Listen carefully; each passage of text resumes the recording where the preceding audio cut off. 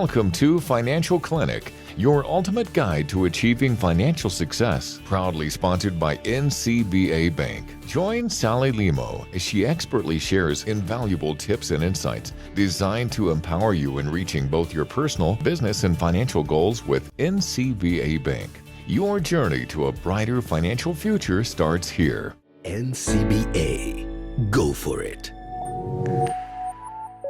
My name is Gicheru from NCBA Investment Bank, where I lead the asset management team. My role is the Chief Investment Officer. Bonds will be ownership of debt investments that are issued by either corporate institutions or issued by government institutions. So what we are doing, we've entered into an agreement with the government of Kenya, for example, to lend them money, and in return they pay you interest, and when your money matures, they give the money back to you. On the other hand, equities is actually ownership in companies. So when you're investing in equities, you're taking a proportionate ownership in the shares of listed companies by and large, just as you would, for example, owning your own business. But what listed equities do is to help you give the opportunity to actually buy and sell and hold for a short period of time and can pass on the ownership to someone else. There are many types of bonds in the market. So the most known are government bonds, and they come in two forms, especially in Kenya. You have what we call taxable treasury bonds. These are bonds that are issued. They pay interest every 6 months, but that interest is subjected to tax. We have another category called infrastructure bonds. Those are bonds issued by the same government. The interest earned on these bonds are not subjected to taxes. They are corporate bonds. These are issued by individual companies that are trying to raise capital, and they normally issue bonds for anywhere between 5 and maybe 10 years. And those bonds could actually be what we call amortizing. Amortizing means a bond is paid down over time, or they could be bonds that we say pay at the end of the period. So if it's a 5 years borrowing, you'll only get your principal back after 5 years, and those ones are called bullet bonds. The biggest benefit you get by investing through NCBA is actually professional advice, so that we walk through the journey with you in terms of analyzing investments, understanding the risks and returns of those investments, and actually administering those investments for you.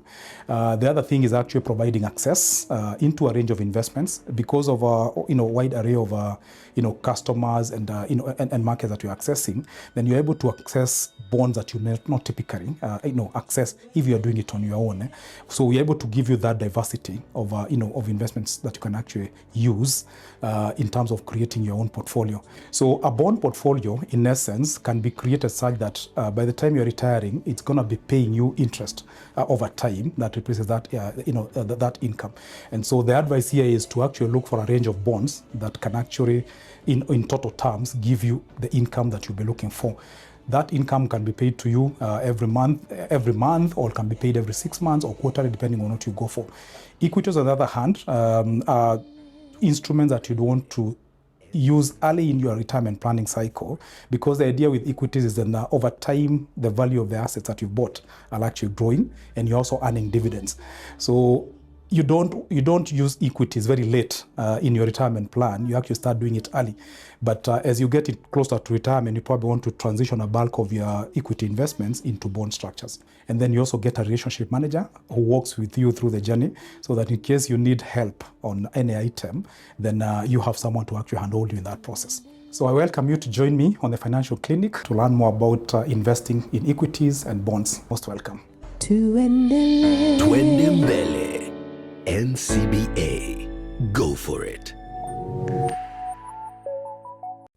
Beautiful Wednesday morning as Wednesday for creating wealth, and we're doing this time with NCBA, who are partnering with us to bring you this financial show where we are ready to help you navigate your financial journey, do everything that pertains to money matters in a very guided way, if I can say so. And this morning, I may just want to urge you and welcome you into this very special session or season of Financial Clinic, where we'll be talking about bonds and equity. What do you need to know about this? Or what do you know about bonds and equity? Have you invested in that? Do you know that you can actually create wealth through bonds and equity? So with me is an expert in money matters, and especially bonds and equities, an expert from NCBA Bank who is going to take us through that. And please join in on the conversation. SMS line is 20316. WhatsApp us on 0786 316 316 and get to be part of this amazing and insightful conversation. Karibu sana Paul. Please introduce yourself to our audience. Thank you so much, and good morning, Sally. Good morning. I really appreciate the opportunity to actually join your show this morning. Yeah. Just to introduce myself, my name is Paul Gicheru. I work at NCBA Investment Bank. NCBA Investment Bank is a company owned by the NCBA Group, and we provide a range of services within NCBA Investment Bank, including corporate finance advisory. And in this type of service, we offer solutions to corporates who are seeking to raise finances, corporates seeking to get listed on the stock exchanges, companies that are going through restructuring, and any other range of solutions that institutions may be looking for. We also do have a brokerage business, which is a business that helps customers to access investment solutions across the markets. And so if you're looking, for example, to buy stocks on the Nairobi Securities Exchange, you're buying or selling bonds on the market, then our brokerage business assists in that. And then that line of service we have is what we call asset management or wealth management, as we like to call it. Wealth management is where we actually develop tailored solutions for our customers. And the idea here being, we do appreciate that every customer has their own unique needs as far as investing is concerned. And so when you come to us, then we try to listen to your story, and then collectively with you, we develop solutions that are fit for purpose. So that's the range of service we offer, and I think over time we've assisted customers to actually realize their wealth development journeys. Thank you. I really like your intro, because you've talked about solutions and wealth, and I think that's what really people are looking for when it comes to money matters. And therefore, for someone out there who's watching, probably a potential investor, then what are bonds and equities? What is that all about? Thank you. So just to describe what bonds are, so bonds are generally contracts that companies or institutions that are looking for finances issue. And the idea is that there will be a collection of investors who are willing, for example, to lend to a company. And so a bond contract is a contract whereby then the company is committing that in exchange for you financing my activities, then I'll pay you interest. And at the end of the period for which I'm looking for this financing, I'll pay you back your capital. So as the word suggests, we're actually bonding each other to actually, you give me your money, in return I'll give you interest as a source of return for actually using your money to do my investment projects. Equities, on the other hand, is actually the value of your own investment in a company. So just as we do business, you actually put in some money so that you can grow your business. So equity, in the wider sense, as far as financial markets are concerned, describes that stake that you have in a company. So if, for example, today I chose to buy a share of, let's use an example of Safaricom, for example, then I'm an equity investor in Safaricom. So my equity is that proportionate ownership I have in the company. Well, and so are there different types of bonds that someone may venture into? Indeed, there's a wide range of bonds opportunities. What I'll do, let me just describe probably what is available in Kenya at this point in time, because there are wide variations of these types of instruments. So in Kenya, the most known bonds are bonds issued by the government, and the government of Kenya through Central Bank issues two types of bonds predominantly. They issue what we call taxable treasury bonds.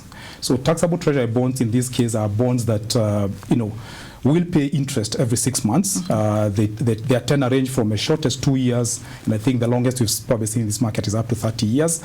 And what these bonds do is to pay you interest every 6 months, and that interest is subjected to tax. Of course, the tax ranges from 10% all the way to 15%, depending on the type of bond you're buying. Then there's a second category called infrastructure bonds. Infrastructure bonds, by their nature, are supposed to finance infrastructure projects, in the economy. And so, what the government does is to issue this type of bonds, but to make them more attractive, they actually make them tax-free. So, interest income earned from infrastructure bonds is actually tax-free. The other type of bonds that you get in this market is corporate bonds. These are issued by, good credit quality corporates that are seeking to raise finances.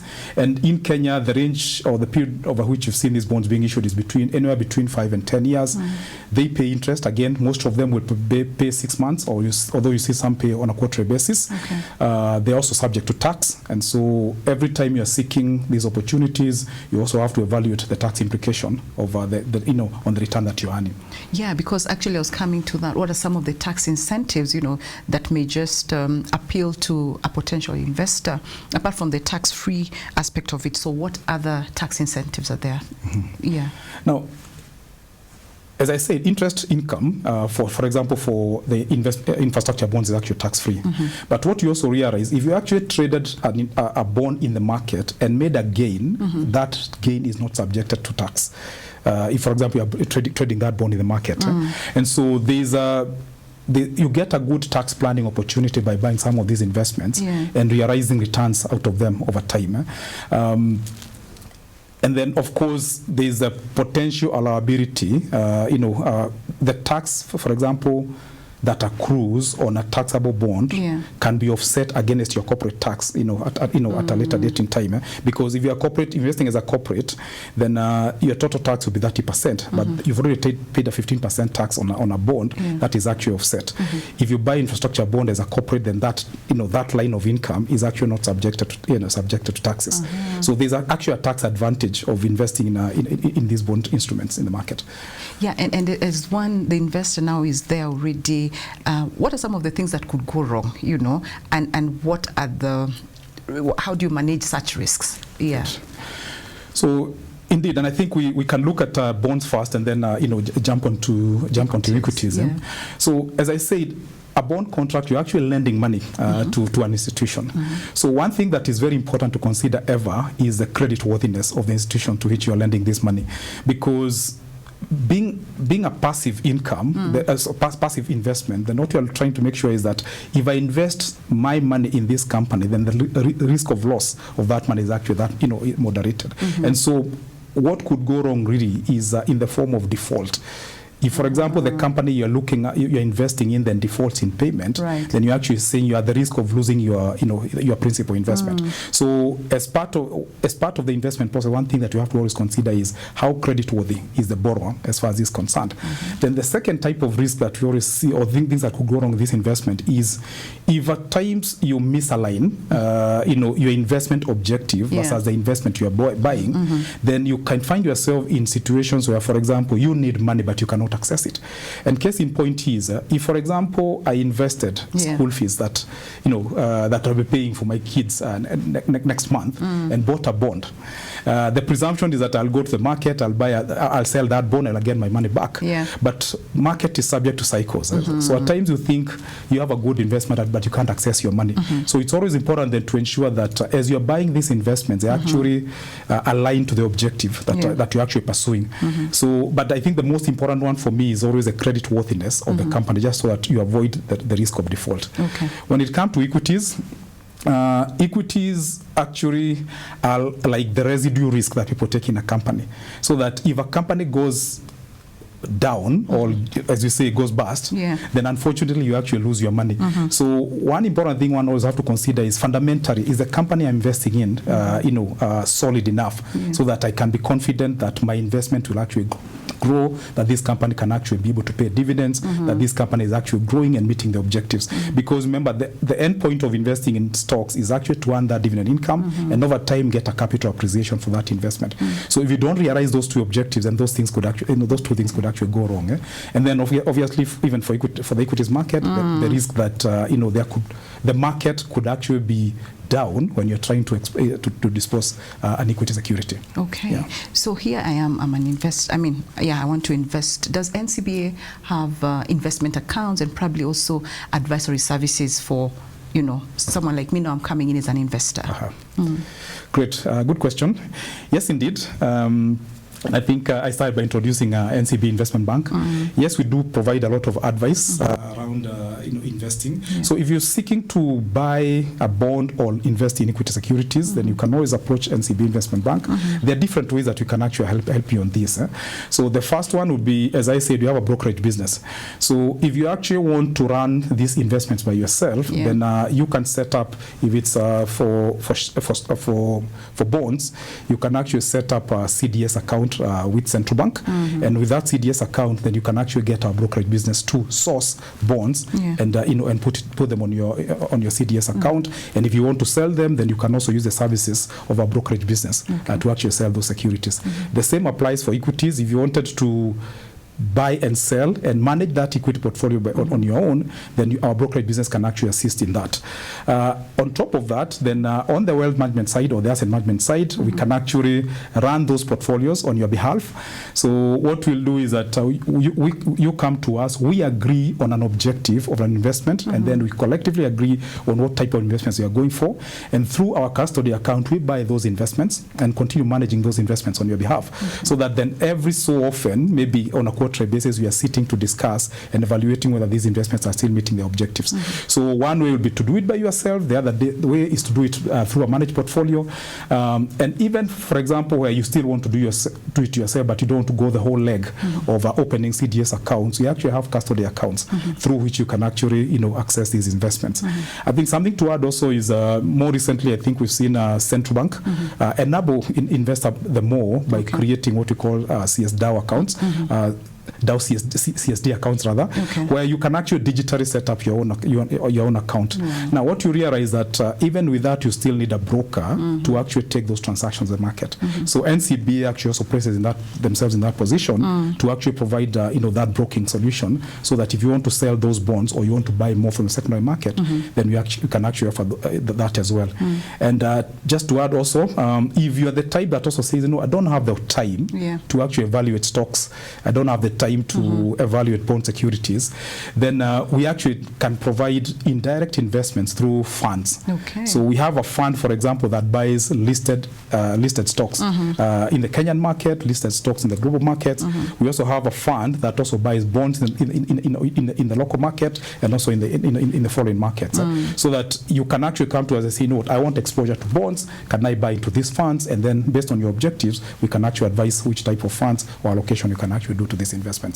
You've mentioned technology somewhere. So what role does technology play in all this? Is it that important? Indeed. Yes, technology is a very important enabler as far as investing is concerned. And I think where we are,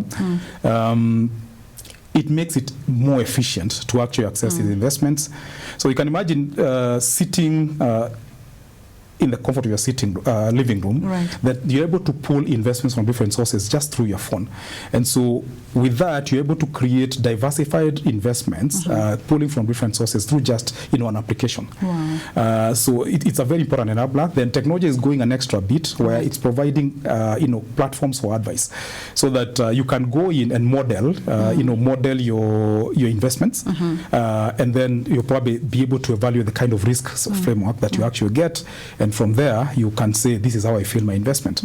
With technology also, you can actually do your own risk assessment. This is assessing your capacity to take risks and deciding, okay, if my risk assessment shows me to be very conservative, what investments then can I actually go for? So it's a very major enabler as far as investing is concerned, and it's making life much easier for all of us in terms of deciding how to create our portfolios and manage those portfolios. So as a customer and an investor, do you go through your website? Is it on what tools are there? So within NCBA, if you're looking to buy shares, on the stock exchange, we have an application called online trading that you can actually enroll onto and are able to actually access the stock market and are able to buy and sell shares. On the asset management side, we have an application we call Invest Now. Invest Now then allows you to actually buy the range of investments that you're offering within the NCBA Investment Bank. Of course, we're still developing our digital capability, and we're adding more solutions with the hope that eventually we'll actually have a full-blown solution that allows you to even construct portfolios, evaluate those portfolios, and keep tracking the kind of risks that come with those investments. Okay, we've talked about all this, but then again, I think there's a very important point people need to know, or, from NCBA, what are the steps if I want to now buy the bonds and equities? What are the steps? Great. Yeah. Good question. So within NCBA, if you wanted to, and I do encourage you to actually try NCBA, if you wanted to buy, say, I want to start buying bonds, we've created a support framework that actually helps you to access these investments. So we do have, for example, as a first liner, a contact center that you can actually reach out to and say, I want to actually engage someone who can advise me through, the process of actually buying bonds. Yeah. So the contact center then puts you in touch with our advisory unit. Our advisors then will actually take you through the conversation of establishing what is your investment objectives, what is your risk tolerance and appetite, what kind of investments could actually fit in your investment journey. And as we do that evaluation, then eventually able to say, this is a type of investments that are appropriate for me. And once we decide these are the type of investments appropriate for the particular structure, then we go out and source for those investments for you. So we will enter into either a brokerage agreement, we'll enter into an investment management agreement, and based on those agreements, then we start executing the investment solutions that we seek to execute for your particular type of objectives. Okay. So anytime then you actually want to have those conversations, then we've created that framework so that we provide you advice on the right way to approach it and on the right platform to use for that investment. Why does it sound to me like you guys are those BFFs that someone needs all the time? You're always there with solutions. Fantastic. Money Matters here, where we are creating wealth this Wednesday with NCBA Bank. As I say, go for it. Now, thank you so much, because I can see a question here, Paul. Someone is asking, I'm Pamela, tuned in from Homa Bay. What is the least amount needed to invest in bonds? Great. Yeah. Thank you, Pamela, for your question. Yes, in terms of investing in bonds, there are different access points. If you're going to buy a bond directly from the government of Kenya, the lowest amount you can actually invest is 50,000 shillings. So with 50,000 shillings, you can buy a bond through your CDS account. If you're actually looking for indirect investments, as I was talking about, through the funds that we've created, you can actually start accessing a pool of bonds for as low as 1,000 shillings, really. Wow. So that it creates that much more access. And so it helps you to actually, if you're starting very low and you'll say, I want to build up, then you can start low through investing this kind of funds. And then as you do that build up, once you get to a particular level, then you can say, let me go and buy bonds directly. But the lowest ticket for the government of Kenya is actually 50,000 shillings. Okay. On the corporate end, if a corporate is issuing a bond, then they always determine or prestate the kind of amount that you can actually use to access those bonds.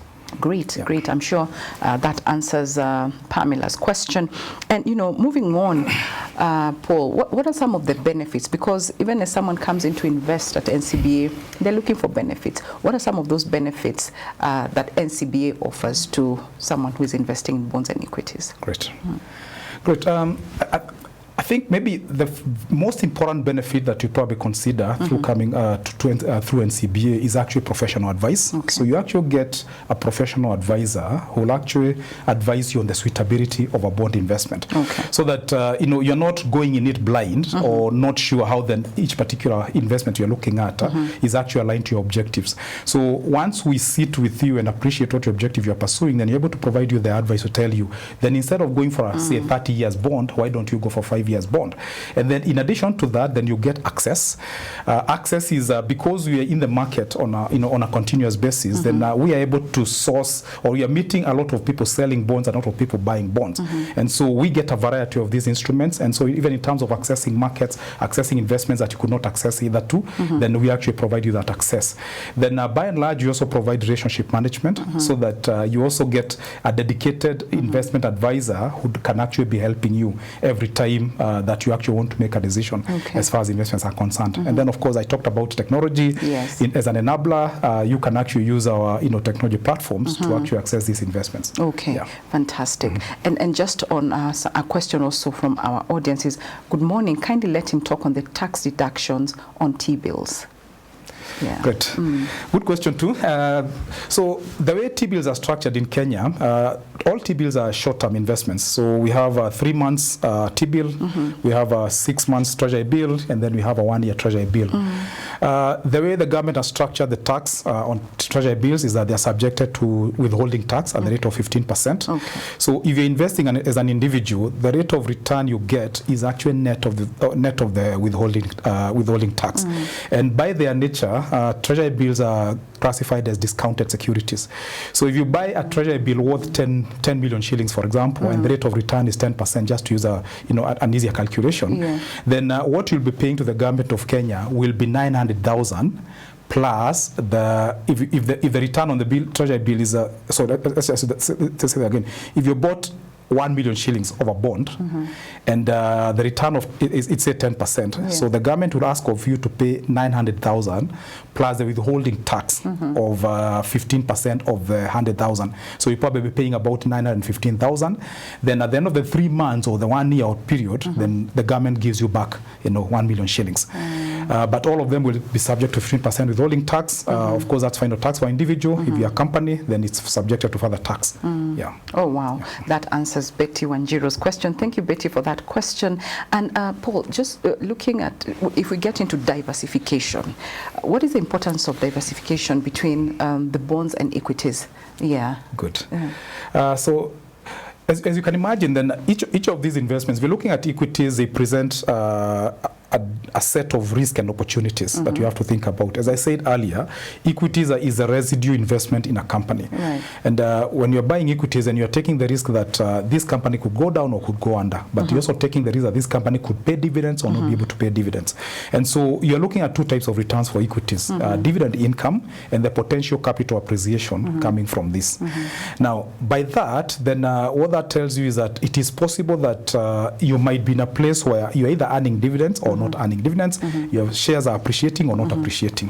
And that presents a particular opportunity and risk set. Bonds, on the other hand, are supposed to give you this steady income that's coming every 6 months. Each of them has a role to play on your investment journey. Now, if you assess that your risk capacity or willingness is at a particular level, then you have to figure out then how do I want to combine these two assets so that I'm not taking too much of a risk that's of an equity nature, or I'm not going too conservative in the form of, for example, buying bonds for the purpose of interest income. Because as we know, interest income from bonds could range from anywhere from say 10%. I think last year rose to about 18%, while the payoffs, for example, on equities, as much as they are risky, could be much higher. So the diversification then helps you decide, okay, I have decided these are I want to calibrate the risk I'm taking, and this is a kind of return expectation that I have. And that's why then each of them or both of them actually have a role to play in a well thought out portfolio. Yeah. If you can speak to the concept of risk tolerance and how it affects the decision to invest in bonds and equities. Yeah. Good. So what's risk tolerance? Risk tolerance actually speaks to one's ability to actually, tolerate risk. And risk here you are saying, I bought with an objective to earn interest income and to access my money over a particular period of time. What is the risk that may not happen? So risk tolerance then is assessed in the form of am I able to take the risk I want to assume? And ability here is determined by so many things. It could be the money I'm investing. Is it the only money I have? Is this the last cent I have in my pocket? Because if it's the last cent I have in my pocket, then I have to keep my risks low. Do I have alternative sources of income? Because then if I have alternative sources of income, then I can assume more risk. How did I even create this wealth? Is this wealth created passively? Is it an inheritance? Or how am I actually earning this wealth? That determines in a great way your ability to take risk. Or am I using this money, for example, that is required for school fees next week?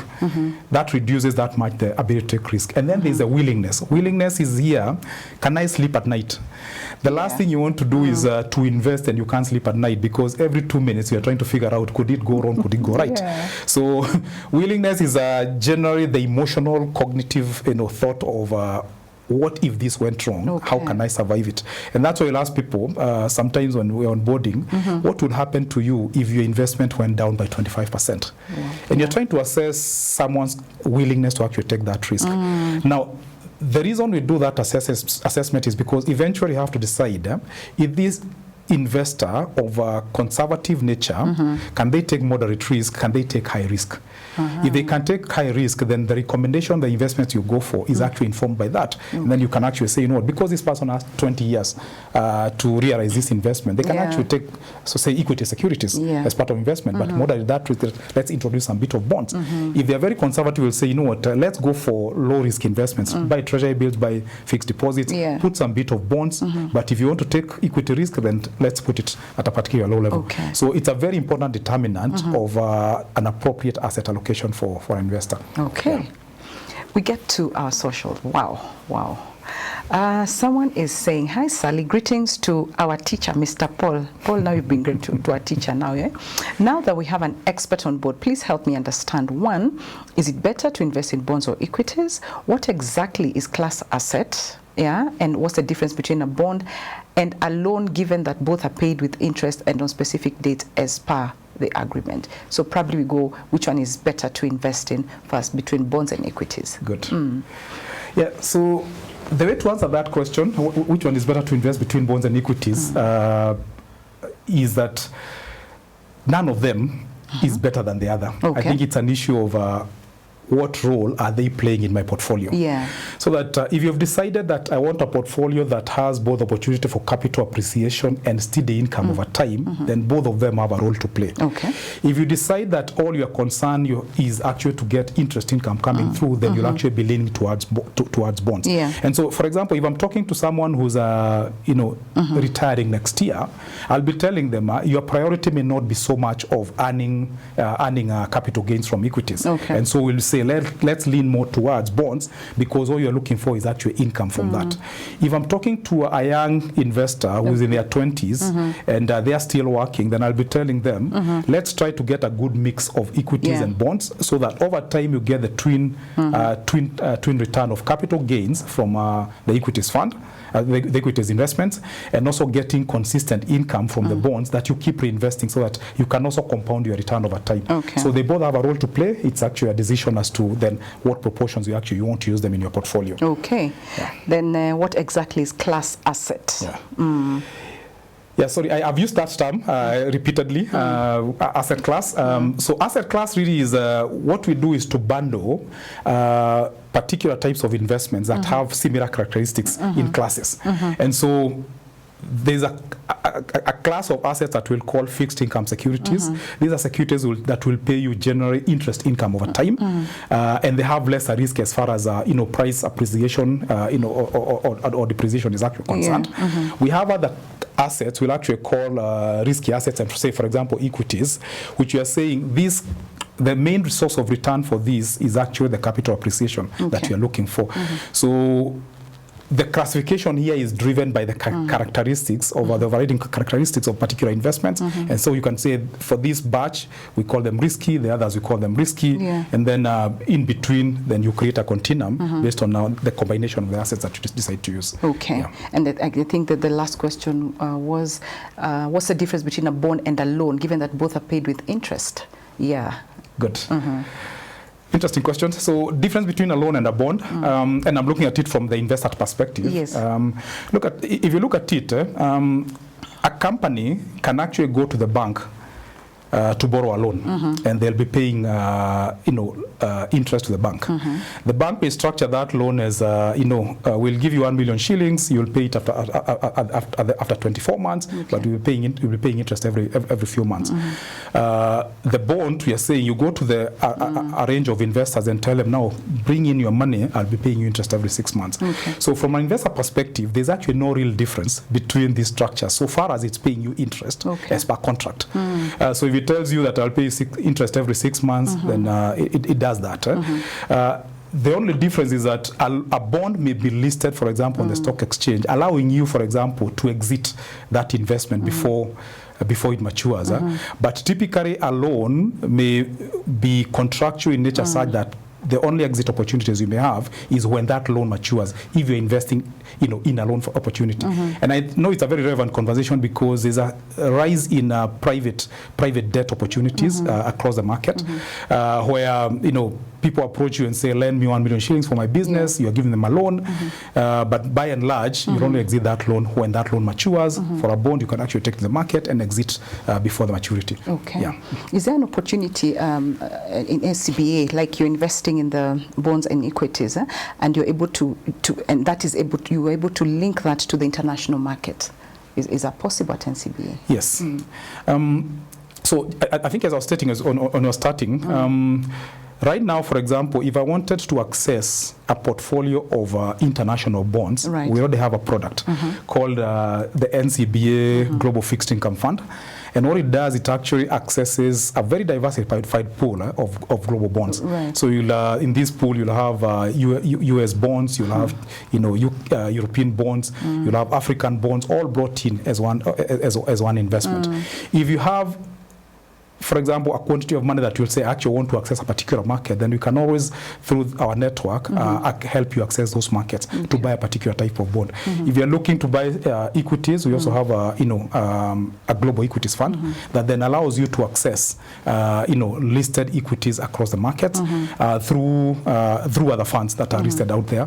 So, for example, right now you can access in that fund 60% of the US market, 13-15% of the Chinese market, and it's all that diversified. So then you, from the comfort of your desk in Kenya, then you can access the whole world global market. Okay. All right. So does NCBA then help also this client who's now in all this investment or bonds and market to just adjust probably and even monitor their portfolios in one way or the other? Indeed, and that's an ongoing conversation. So what we do, if you're investing through us, and we meet you on a quarterly basis. The quarterly meeting is actually supposed to help check if you had said this is what you wanted to achieve, is the investment we bought still able to deliver the return you are looking for, or is the risk changing as far as that asset is concerned, so that at that quarter meeting, then we can actually recalibrate and say, you know what, we thought we were moving in this direction, but because the markets have shifted, then we probably need to change our sales so that we start moving in a different direction. And so you get a chance to say, let's rebalance this portfolio, let's look for these different types of assets. And that's why we then emphasize on those quarterly meetings, or at least frequent meetings with our customers, so that we're able to assess whether the objective of the investment is actually still being met. Fantastic. Wow, that's super. So there's someone here, he's called Gicheru. He's saying, hi Sally and the trainer. I appreciate your engagement, very educative. My question is, what's your current yield on your equity fund and bond fund respectively? Do you have a balanced fund? If so, what's its current yield? Thanks, Jason from Kisumu. Thank you, Jason. Very good questions. So I think looking at your first question, what's your current yield on the equity fund and the bond fund? So in terms of the equity fund, the way we've structured the equity fund is actually to track the performance of the Nairobi Securities Exchange. And so what I can do is to give you the performance we had on a full year basis last year. Last year, our return on the equity fund was 34%, against the return that the market reported of about 28%. Our bond fund currently, or our fixed income fund, is returning at about 9.8% as of yesterday. Now, what you realize that interest rates have been coming low, very low in the market. I think if you looked at treasury bills, we've now gotten to the 8 to 9% range. So the returns on bond funds are actually tracking the general interest rate market. The other question was. I think he asked about, so do you have a balanced fund? Yeah. So within NCB, we don't have a balanced fund, and I'm looking at balanced fund in the form of mixing equity securities and fixed income securities. But what we do is we create balanced funds on the basis of mixing the two investments. So if we came and we assess that you actually would require to have a fund that needs 60% equities and 40% bonds, we actually create that investment for you in a bespoke manner, so that it's actually reflective of the kind of investment posturing that you are looking for. So again, the yield will actually be a derivative of how we structure that portfolio. And for a client who wants to build wealth over, a long term, how then do you structure their portfolio in terms of investment? Good.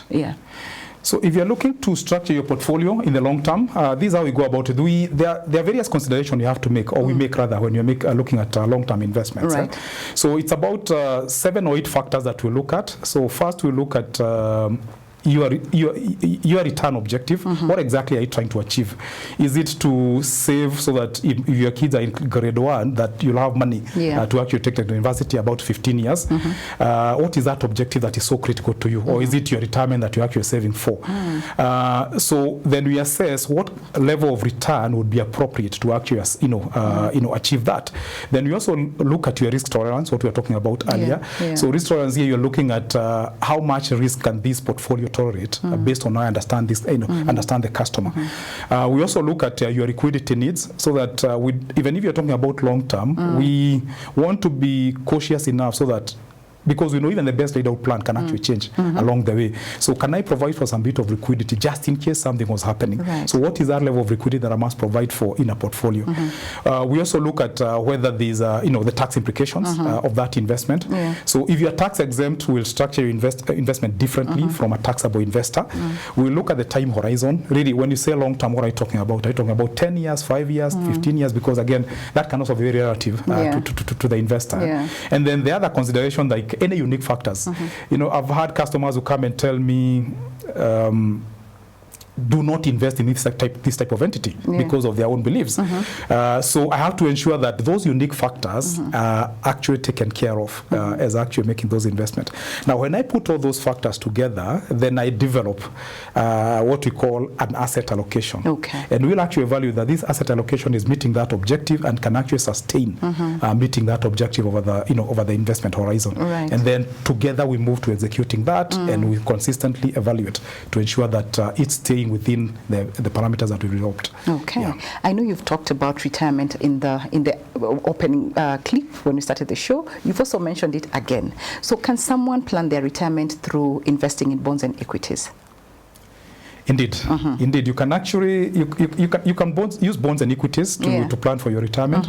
Remember, the core objective of planning for retirement is to be able to replace your pre-retirement income through other sources. And most importantly, we always say, if you can replace that with passive income, passive income is one that doesn't require you to move at all to actually earn, then equities and bonds become a very good instrument. Now, the way I look at it is, the mix of bonds and equities that you want to use is determined a lot by the stage at which you're starting. If you're starting to plan for retirement very late in life, then if you're planning at 50, then you want to go conservative, and so bonds become a more plausible investment. If you're starting to plan for your retirement at the age of 20, then a mix of bonds and equities becomes even better. But all important is to ensure that over time you can see how that investment is growing, and that by the time you're getting to your retirement, you can actually have a pool of assets that you can invest in a way that they'll give you a consistent and steady source of income. We always advise on, for example, being able to derive up to maybe 60-70% of your pre-retirement income from your passive investments. Paul, I think you're doing a great job here, because lots of questions coming in. Again, someone is saying, wait, I'm really learning. But still I have a question. Questions. Do bonds buy dividends? How do you make money in bonds other than interest, and does it pay monthly? Let's first go with the two, because they're like 4 questions. So do bonds pay dividends?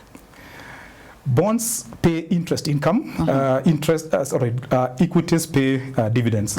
So bonds will tell you as you're starting, we're going to be paying interest at the rate of 10% per annum. That will not normally change unless you bought a category of bonds we call variable interest bonds. So those bonds will probably be adjusting their interest every 6 months, depending on the market. But generally, they'll pay interest income. Equities, on the other hand, pay dividend, which is determined either on a half-yearly basis or on a full-year basis. And you see each now and then, like this is a season where a lot of companies are declaring dividends, and those are determined on the basis of the overall performance of the company. On the second question, on how else you make money on bonds other than interest income. Now, again, it depends on how you're looking at it. There are 2 types of investors in bonds. There are people we call traders, and there are people we call investing for income.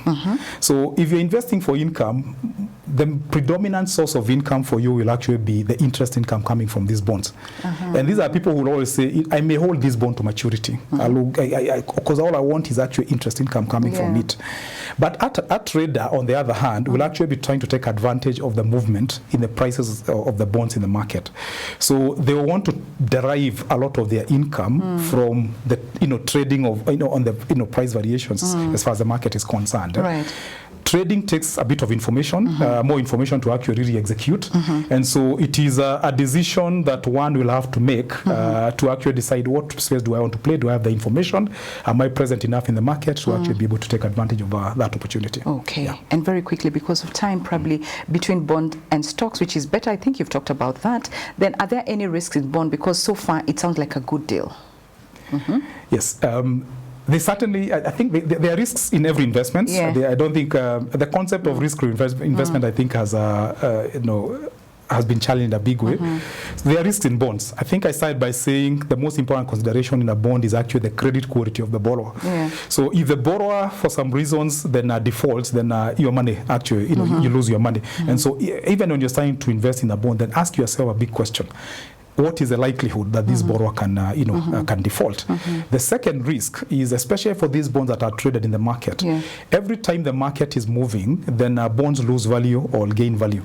So then you could actually be holding onto a bond that you intend to sell next year, but then by the time you want to sell, the price of that bond has actually come down. And so that presents a risk that you always have to be conscious about. And that's why I say, even in selecting the type of bonds you want to buy, you have to be quite conscious of what risk it presents.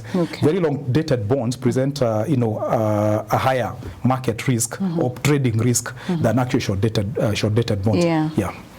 So what would be your advice, because you're the expert here, to an investor who wants to approach equity investments during a volatile market period?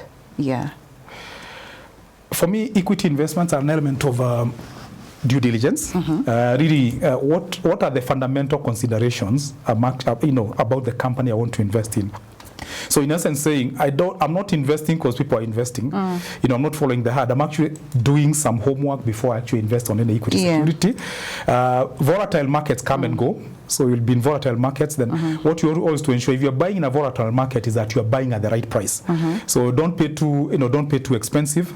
Remember, equities investments are long-term play. They are not investments that you buy today and want to sell tomorrow. We always tell people, if you cannot hold it for 3-5 years or probably even longer, then probably it's not the right investment to actually go for, because you might be buying it and then want to exit when the market is not right. So always do your due diligence on the company you're investing, and then always try to make sure that you're paying the right price, and that's the role that we play in the market in terms of advising our customers. Fantastic. And on bonds again, what is the difference between on bonds, the coupon and then its yield when it comes to bonds? A very important question, actually, and I know sometimes sometimes we get lost in the two. Now, when we talk about a coupon of a bond, this is the rate of return that was declared initially when the bond was issued. So when the government of Kenya, for example, issues a 10-year bond, they may tell us, we shall pay you interest at the rate of 13%. That never changes in the life of the bond. Your interest will always be computed on the basis of 13% of the value of the bond that you purchased. And then they will divide into two and pay every 6 months, they will pay you half of it. Now, yield, on the other hand, is determined by the market circumstances. So just to illustrate, for example, if I bought that bond at 13%, and then interest rates, the general interest rates in the market have actually come down, the demand for that bond in the market rises, because people are saying this bond is paying a rate of 13%, but the interest rates in the market have actually come down that much. So if, for example, the interest rates in the market have come down to 10%, people are willing to pay a premium on that bond.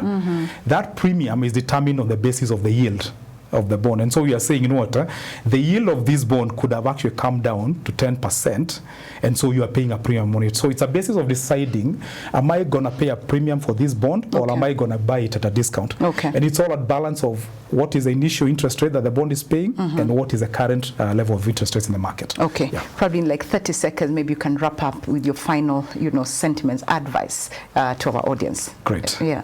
Thank you so much, and thank you so much, Sally, for having me. I think my parting shot for the audience is that, we say the journey of investing starts now. I think I would be encouraging all of us to actually start the journey now. Okay.